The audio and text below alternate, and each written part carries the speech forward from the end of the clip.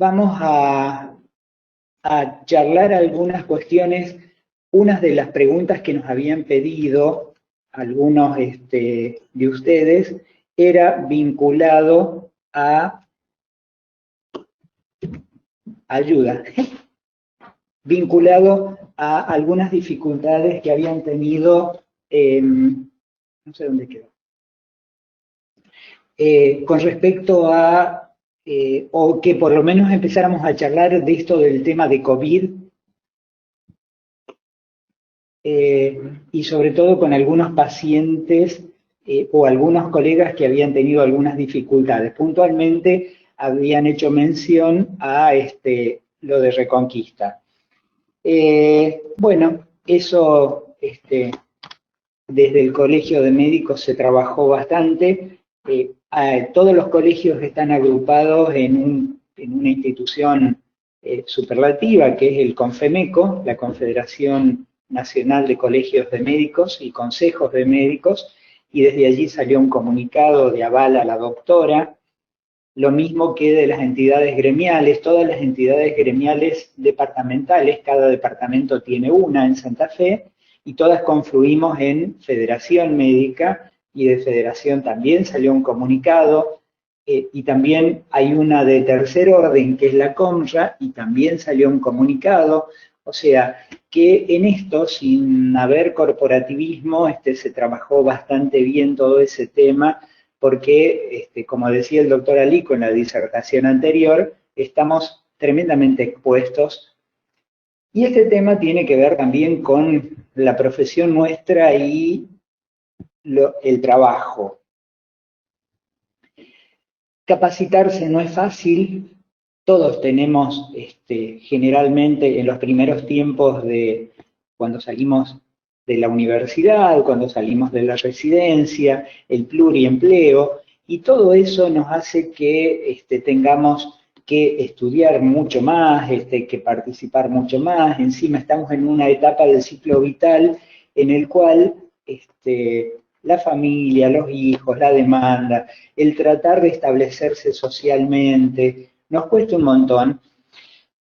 Y en todo esto hay un desorden, porque generalmente en lo que nos toca, que es la guardia, tenemos infinidad y dificultad de cosas, y no es una cosa ordenada que van a venir a la mañana todos los casos pediátricos, a la tarde todos los casos de adultos, sino que nos vienen desordenadamente en función de cómo se van presentando, y eso es lo que nos altera bastante.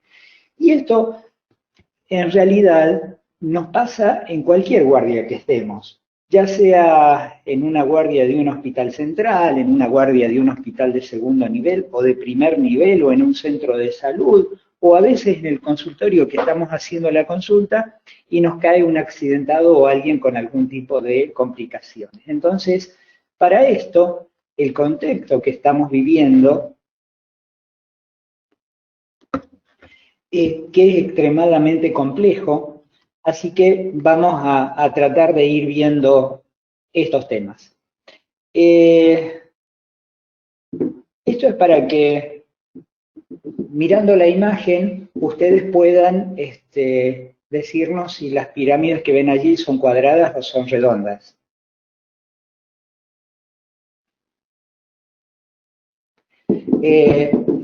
Seguramente, si la miran con detenimiento, van a encontrar las dos. Bueno, esto tiene que ver porque siempre la realidad tiene dos o más aristas diferentes o dos o más caras diferentes.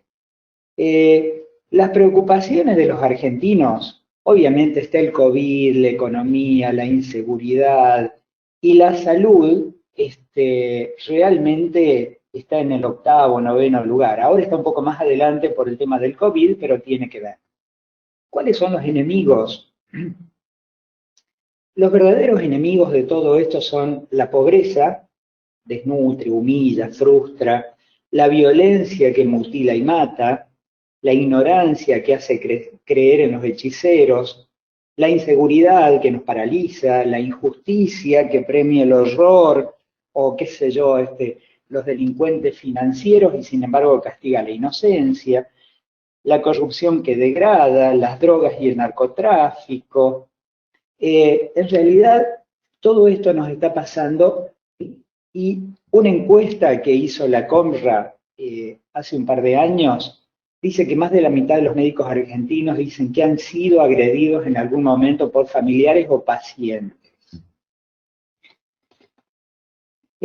Van a encontrar montones de información de esto. Ahí hay algunas noticias de Clarín, de la Asociación de Médicos Municipales, paros en hospitales, algunas notas de algunos médicos por violencia. Esto es una cuestión que permanentemente salen información. No hace mucho golpearon a una profesional en Coronda, en San Carlos otra. O sea, habitualmente esto es un hecho cotidiano, porque todo eso que decíamos al principio, de que socialmente hay tantas dificultades, impacta en esto de la violencia y todo esto se traslada a la guardia, porque el paciente llega extremadamente angustiado, a veces tenemos muchísimo trabajo, no le tenemos tanto tiempo o paciencia a los pacientes y ocurren situaciones de violencia. Hay una serie de lugares a donde denunciar, esto después va a quedar la presentación, así que van a poder acceder a todos estos lugares donde están las fiscalías en las cuales hay que hacer la denuncia.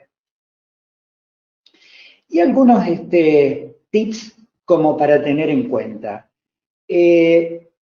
Cuando uno sospecha que puede ser una situación conflictiva, en realidad podría ser todas, no examinar solo a un paciente, más si es de sexo opuesto, más si es menor, ni a puertas cerradas, en lo posible con un familiar, con una enfermera, con alguien que nos pueda respaldar, por si las dudas el paciente está alterado o tiene una percepción distinta de la realidad y después nos involucra.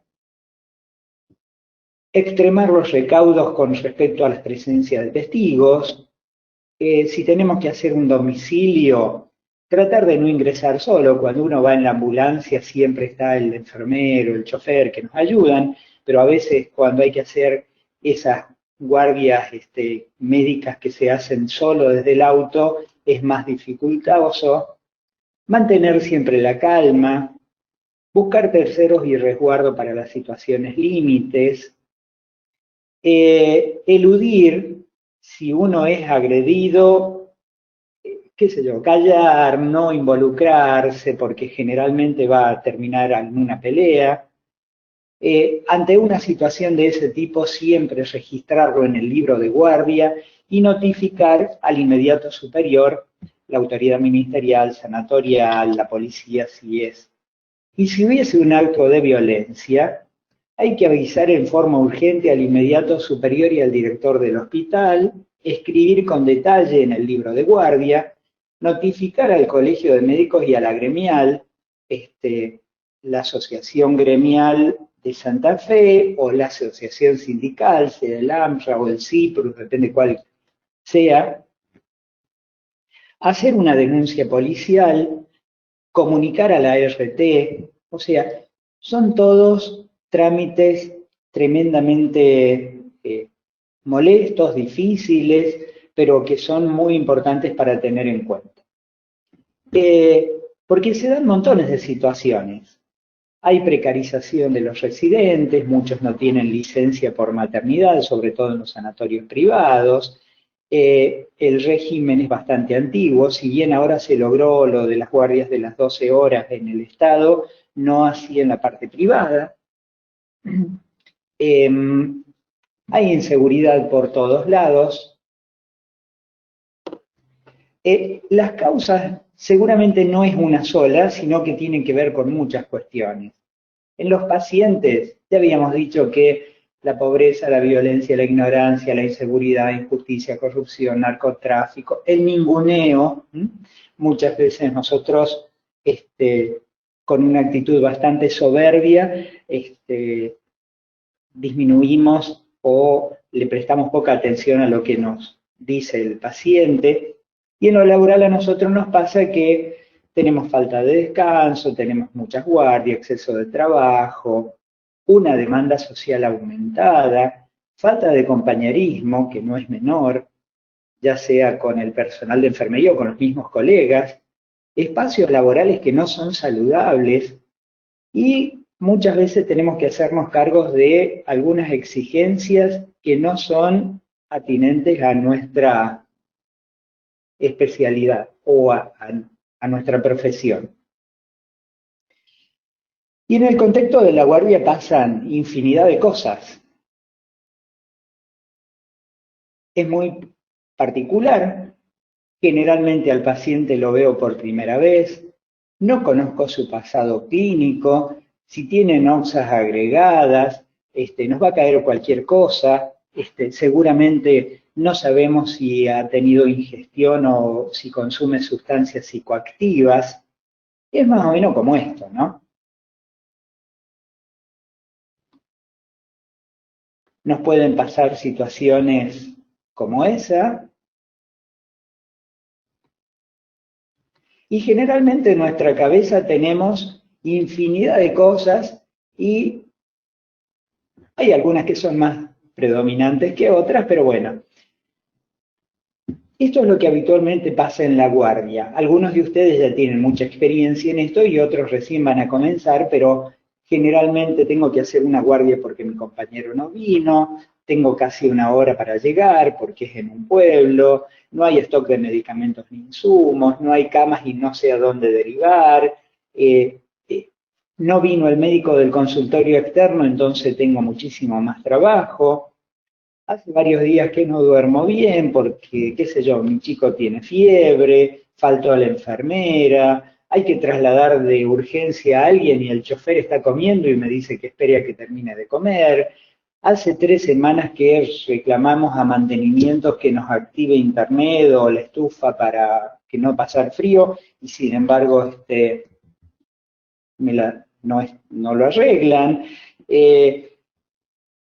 Tengo que prever que después de la guardia tengo que hacer consultorio y después hacer domicilios, eh, o tengo la cabeza ocupada y justo me toca el día de mi cumpleaños o de mi mujer y no consigo quien me la cambie, encima por ahí mi chiquito está con fiebre, o un doctor me comentó que lo amenazaron de muerte y volvían después para ver cómo sigue el paciente internado y mejor que no vaya mal la cosa, o que no hay camas para internar, y bueno, y en la sala de espera están todos con facies de ortus inversus.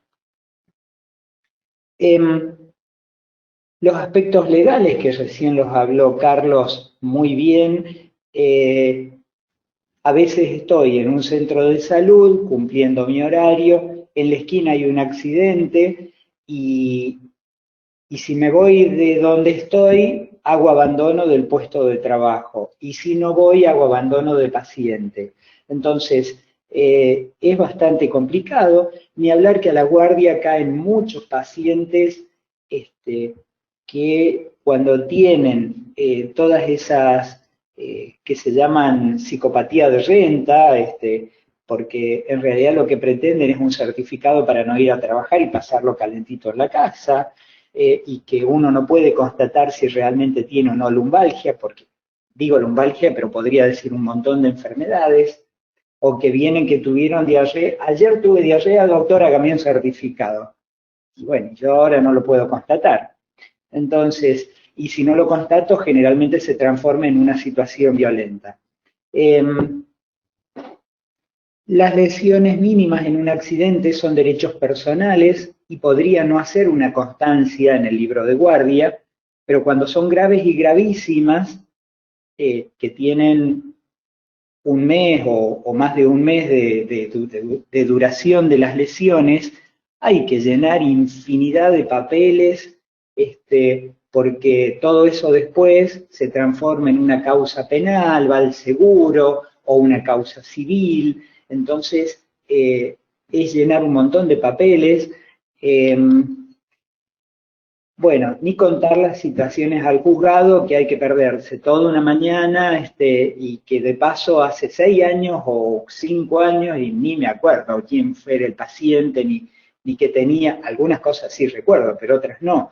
O ni hablar que en una guardia viene una paciente que se tomó 5 pastillitas de Ribotril, que no le va a hacer nada, va a dormir un día nada más, pero que bueno, hay que hacer la denuncia, hay que hacer el lavaje de estómago, y uno se plantea si realmente tiene que hacerlo.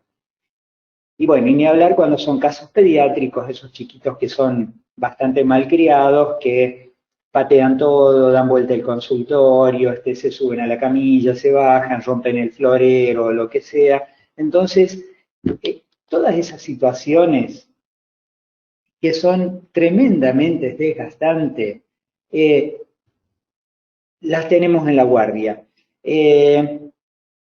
Por ahí, a veces, cuando estamos en los sanatorios, nos pasan estas situaciones, como que tenemos una emergencia, tenemos que trasladar a alguien y nos tenemos que conectar médico a médico, pero hasta que llegamos a hablar con el médico pasa un montón de tiempo, o el telefonista no nos pasa el llamado, o hay que esperar la musiquita. Eh, bueno, esto, así como esto, infinidad de cosas, ni hablar cuando llegan, qué sé yo, a las 2 de la mañana, que estábamos, a lo mejor nos habíamos recostado un ratito, porque tienen tos, y a esa hora o pudieron llegar o un traumatismo, o tienen un esguince, y a esa hora no los dejaba dormir, entonces nos levantan para ver una cosa que lo podrían haber previsto mucho, con mucha anticipación. O intentar interpretar lo que nos están diciendo, porque por ahí nos cambian los nombres. Viene un chiquito que tiene fiebre también a las 4 de la mañana, y un colega ya lo había visto porque tenía una angina, y le había indicado astromicina según la madre, ibuprofeno, y sigue con fiebre. A ver, es importante que a los pacientes les comentemos la historia natural de la enfermedad, le digamos cuál va a ser la evolución. Si es una faringitis muy importante, seguramente va a tener mucha fiebre los primeros 2 o 3 días. Entonces, sin hacer predicción, porque eso está penado, porque la ley que nos rige la profesión a nosotros nos dice que no podemos hacer ese tipo de prácticas, pero sí informarle cuál va a ser la historia natural de la enfermedad, y que va a tener temperatura 3 días. Entonces, con medios físicos, con ibuprofeno, a lo mejor tenga que agregar otro antitérmico. Eso es importante de hablar. O por ahí cuando un chiquito ingirió pastillas del abuelo y que en realidad nos empiezan a dar nombres parecidos que no son, o no traen el prospecto. Ah, sí, tomó de la heladera porque habían puesto, o qué sé yo, tenían eh, eh, no pocas veces, tomó accidentalmente, los otros días me pasó un paciente, la mujer había estado limpiando la heladera y trasladó detergente con no sé qué otro limpiador químico, lo había puesto en una botella de vidrio y se le quedó en la puerta de la heladera, se la dejó olvidada. Vino el marido, agarró la botella y le dio unos cuantos tragos. Claro, fue accidental, pero de todas maneras ese tipo de cosas nos pasa. Bueno, si soy un ser humano simple, como decía el doctor Alico, eh, debería cambiar, porque, a ver, una tercera parte del día duermo, 2/3 partes estudio y trabajo, pero ¿cómo hago para que esto sea así? Si en realidad tengo un consultorio, tengo que ir a la guardia, tengo que hacer una serie de cosas, y a veces soy un simple médico que tengo que organizar el centro de salud, la enfermera está con parte de enfermo, a veces uno se frustra y tremendamente. ¿Por qué todo esto? Esta es la torta de salud de la República Argentina. Es un dato viejo, pero tiene vigencia, no hay datos muy actualizados de esto. El 47% de la población tiene seguridad social, el 38% de la población tiene sector público y un 15% está entre el sector privado y PAMI. Sin embargo, el empleo médico tenemos nosotros que en los médicos de reciente graduación, de los que han egresado en los últimos 5 años, hay una subocupación, o sea, no tienen pleno empleo de un 48% y una desocupación del 29%. Es una cuestión para considerar. Obviamente todos comenzamos, a todos nos costó los primeros tiempos, después nos vamos haciendo, nos vamos ubicando, encontramos algún conchavo, pero es importante tener en cuenta estos datos porque son con los que nos vamos a encontrar.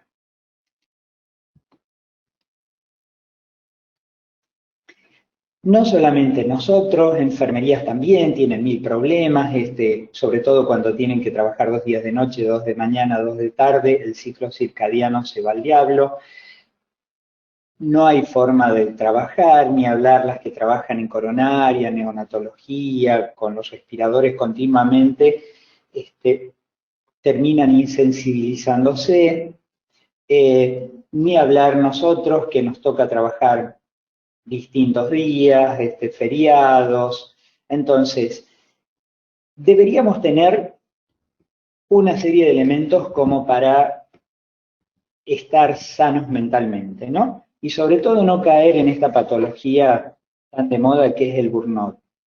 Familia, hijos, hobby, estudios, educación médica continua, no debería preocuparme por las licencias y las vacaciones, pero habitualmente lo que nos pasa es esto. Con todo esto es para... Pero también veámoslo del lado de los pacientes.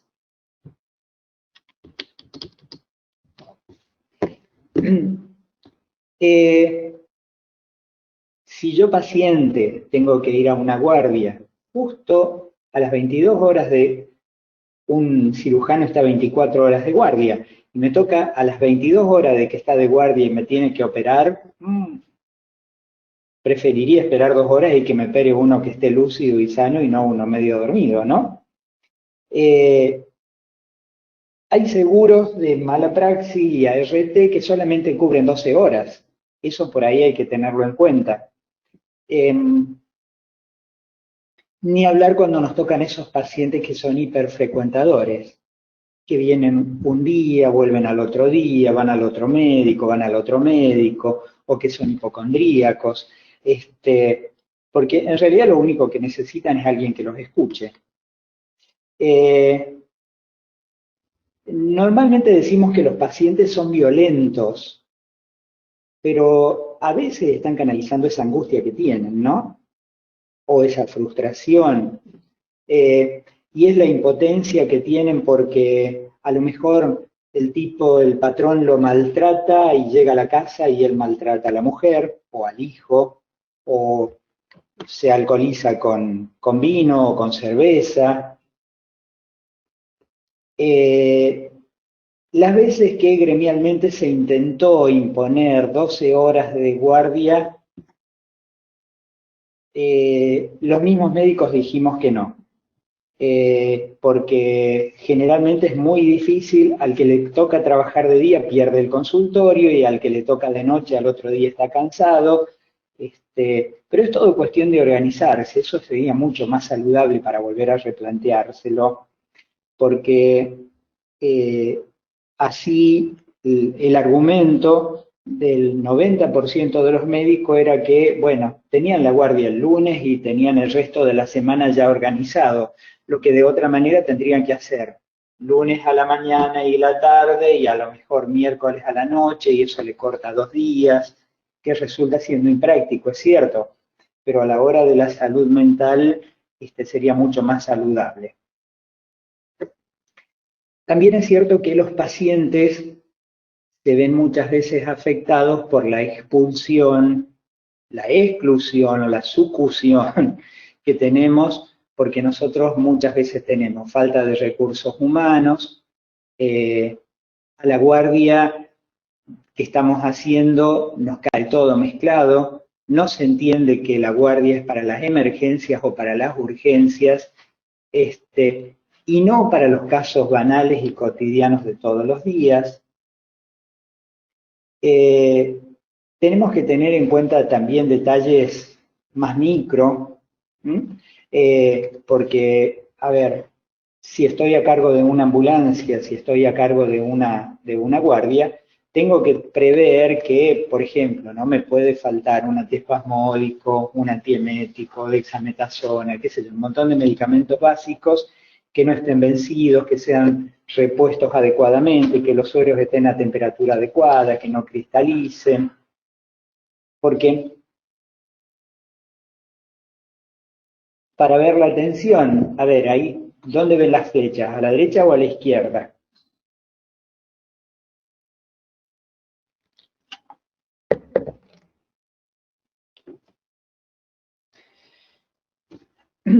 Muchas veces nosotros proyectamos la violencia hacia afuera y nos descargamos con el paciente, que muchas veces es un pobre infeliz que no tiene otro recurso, y, y a veces tenemos que reconocer que también somos vulnerables, que generamos resistencia, que también expulsamos, que a veces uno por la situación que tiene estamos mal predispuestos y atendemos mal.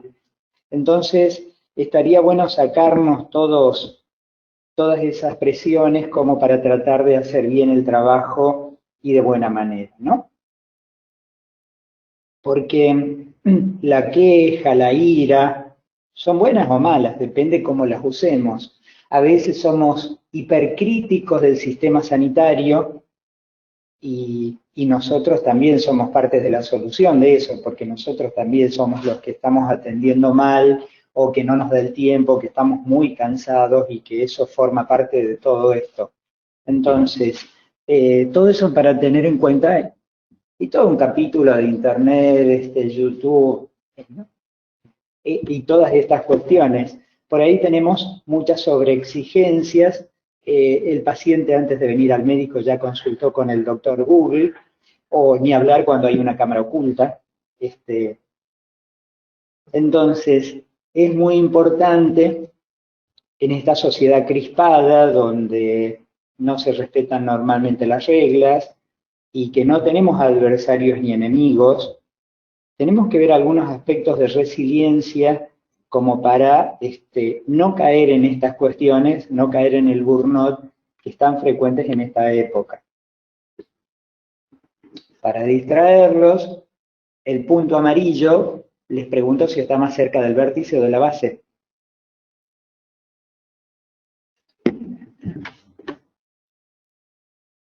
Van a sacar conjeturas, pero en realidad está al medio.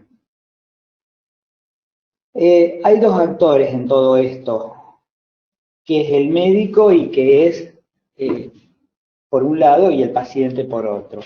Y tenemos no perder de vista que la impericia, la negligencia, la imprudencia, el artículo 108 del Código Penal, que después lo vamos a ver con más tiempo en otra presentación, tenemos que tener en cuenta para que todo esto no nos afecte. Porque tenemos que tener los derechos constitucionales, la ley del derecho al honor y a la intimidad de las personas, los datos sensibles que deben tener un trato preferencial vinculados a la salud, sindicatos, prácticas religiosas, sexuales. Tenemos que tener una serie de determinantes vinculadas a la intimidad, honor, imagen e identidad, antecedentes normativos, que hay un montón de cuestiones que nos hacen a todo esto, el nuevo Código Procesal Penal que dictamina en 15 días,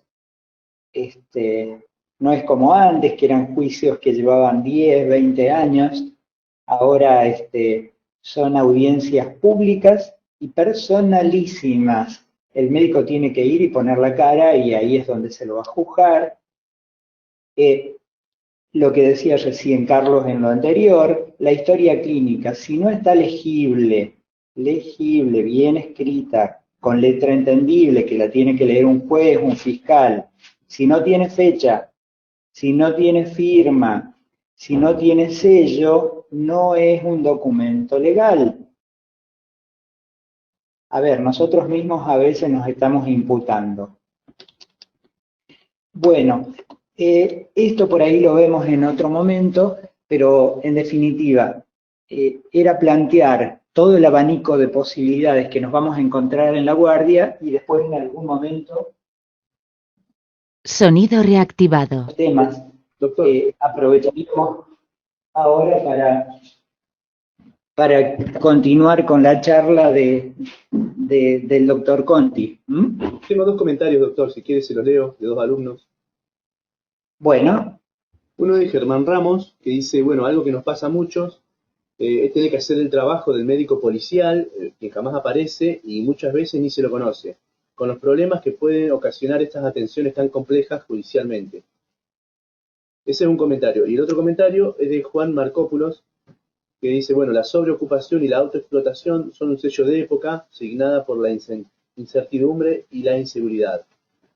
Y se pregunta, ¿nos hacemos cargo de nuestra sobreocupación o echamos la culpa afuera?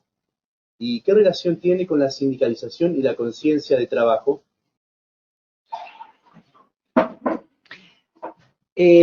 como decía Carlos hace rato, hay que hacer valer nuestros derechos. Esos son fundamentales.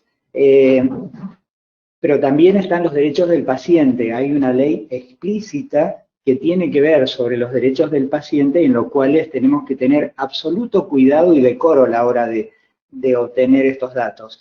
Y es cierto, son trabajos, en la guardia es extremadamente complejo, porque van a haber infinidad de casos policiales y uno es el primer contacto como médico en ese momento y que tiene que describir absolutamente todas las cuestiones hasta que después se hagan cargo los peritos o el médico policial o lo que corresponda.